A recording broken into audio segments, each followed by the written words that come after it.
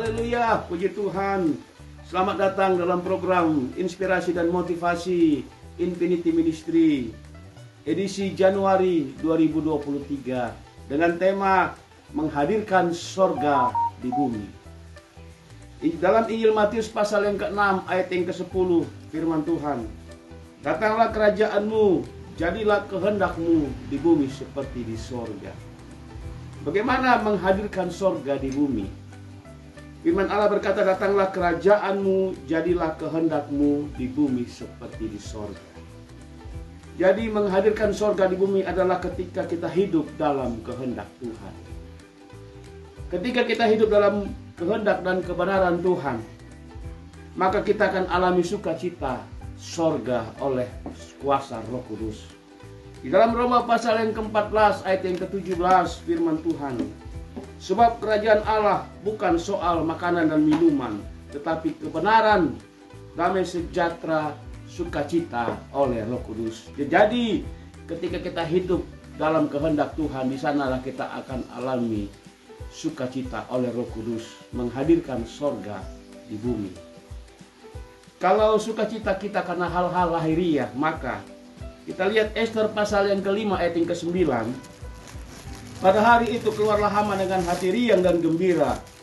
Tetapi ketika Haman melihat Mordekai ada di pintu gerbang istana raja, tidak bangkit dan tidak bergerak menghormati dia, maka sangat panaslah hati Haman.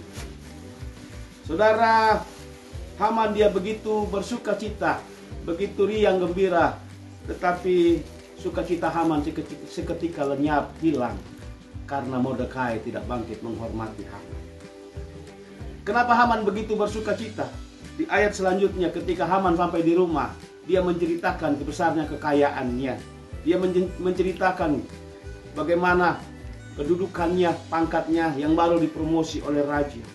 Dia menceritakan kepada sahabat-sahabatnya bagaimana dia baru dipromosikan, naik jabatan. Bahkan dia diundang oleh sang ratu untuk makan bersama. Haman dia begitu bersukacita karena hal-hal lahiriah. Orang yang sukacitanya karena hal-hal lahiriah, sukacitanya itu semu, mudah hilang. Buktinya ketika Mordekai tidak kasih dia hormat, dia langsung hilang sukacitanya. Tetapi kalau sukacita kita karena kerajaan sorga, sukacita kita alami. Sukacita kita tidak mudah luntur oleh situasi kondisi apapun. Di dalam Filipi pasal yang ke-3 ayat 7 dan 8. Tetapi apa yang dahulu merupakan keuntungan bagiku, sekarang kuanggap rugi karena Kristus.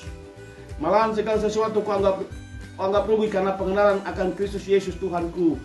Lebih mulia daripada semuanya itu, oleh karena dialah aku telah melepaskan semuanya dan menganggapnya sampah, supaya aku memperoleh Kristus.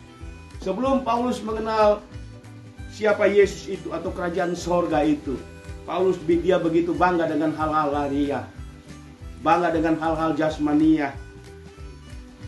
Tetapi ketika Paulus mengenal Yesus, mengenal kerajaan sorga itu, Yesus jauh lebih mulia, jauh lebih berharga, jauh dari segala-galanya. Yesus lebih utama dari yang lain. Haleluya, puji Tuhan. Amin.